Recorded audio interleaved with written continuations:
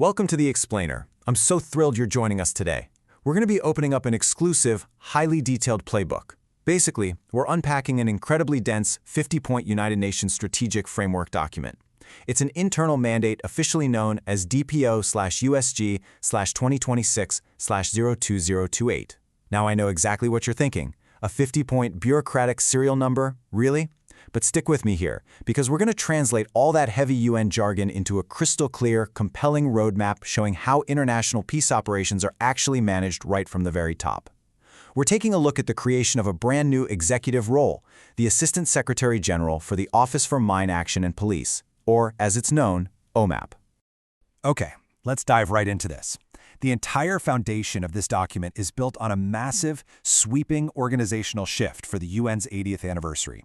It's called the UN 80 Initiative, and this initiative made a seriously bold structural move to take two totally distinct entities, the United Nations Police Division and the United Nations Mine Action Service, and consolidate them into one single office.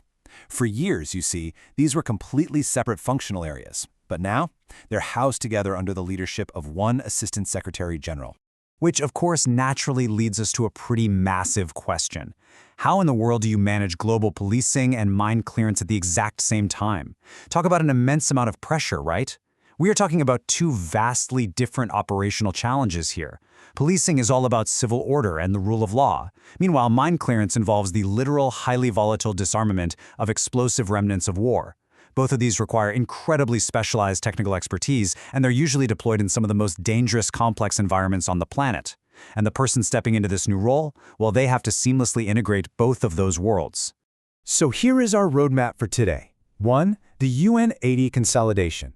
2. The ASG's massive mandate. 3. Advising the top brass. 4. Building a strategic vision. 5. Bridging headquarters and field. And finally, 6. The long-term impact. Section 1. The UN 80 Consolidation. So the real inciting incident for this entire bureaucratic reform is OMAP itself, the Office for Mine Action and Police, which was officially established under General Assembly Resolution 80/240. Now, the absolute key phrase to remember here is enhance organizational effectiveness and mandate delivery. The source text is crystal clear on this point. This consolidation literally cannot just be a structural relabeling. It can't just be two separate offices suddenly sharing the same letterhead. The real strategic value of this new office completely depends on whether this merger can produce a genuinely integrated, coherent approach to peace operations. So as you can imagine, the stakes are incredibly high. Section 2. The ASG's massive mandate. Now, what's really interesting about all this is how those 50 incredibly dense strategic points consolidate down into just 5 core domains. The ASG's mandate isn't just one job, it's actually 5 massive jobs happening simultaneously. First, they're providing strategic advisory to the top brass. Second, they're offering executive leadership to the new OMAP office itself. Third, they're delivering policy and operational guidance out to the field. Fourth, they're coordinating across the entire Secretariat. And fifth, they are constantly engaged with member states. Honestly, there are very few positions in the world that require this intense combination of policy, operational, and diplomatic responsibility all at once. Section 3. Advising the top brass. So the very first hat the ASG has to wear is that of Strategic Advisor, and they have a direct reporting line right to the Undersecretary General for Peace Operations, and through them, straight to the Secretary General. The text really emphasizes that providing rigorous, evidence-based advice at this high of a level isn't just some administrative formality, it is an absolutely critical necessity. Because without it, the organization risks total fragmentation, inconsistent practices, and some seriously costly administrative disputes. Think of this strategic advice as a form of preventive institutional insurance. It ensures that senior decision-makers have the exact expert guidance they need well before a crisis can escalate. Section 4.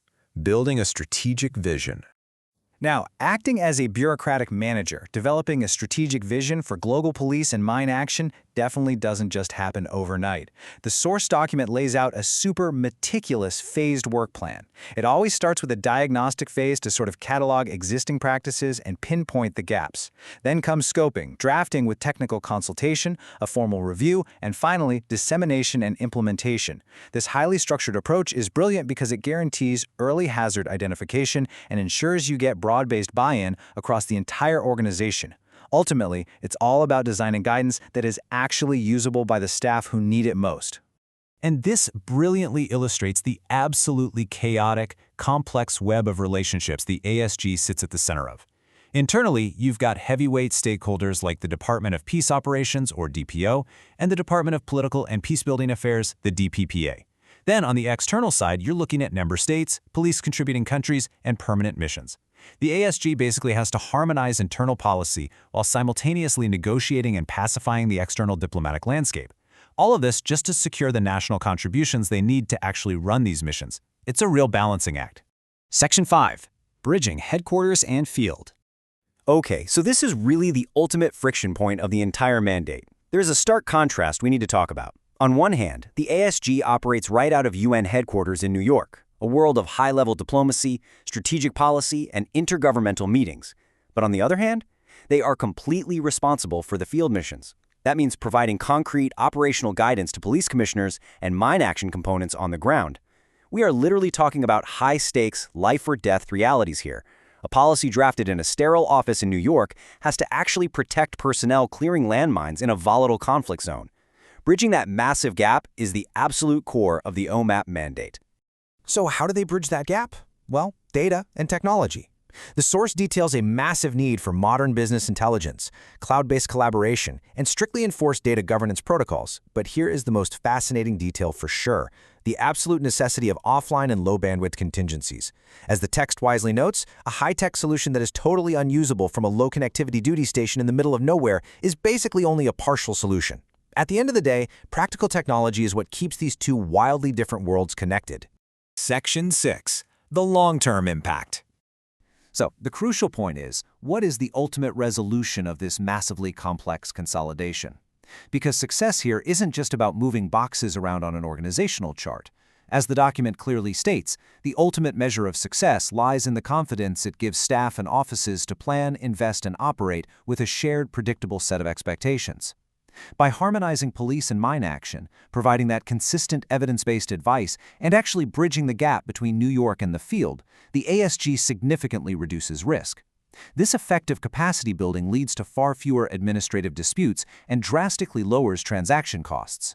Ultimately, it allows the United Nations to operate way more efficiently, which translates directly into a safer, more resilient world for all of us. Which leaves us with a final pretty provocative thought. As conflicts around the globe continue to evolve and become increasingly complex, can structural bureaucratic reform like merging police and mine action under a single ASG truly keep pace? This 50-point blueprint makes a strong argument that it absolutely can, provided the leadership is adaptable and rigorously structured. I really hope this breakdown has given you a powerful new lens through which to view international relations and organizational strategy. Thank you so much for joining me on this explainer, and keep asking the big questions.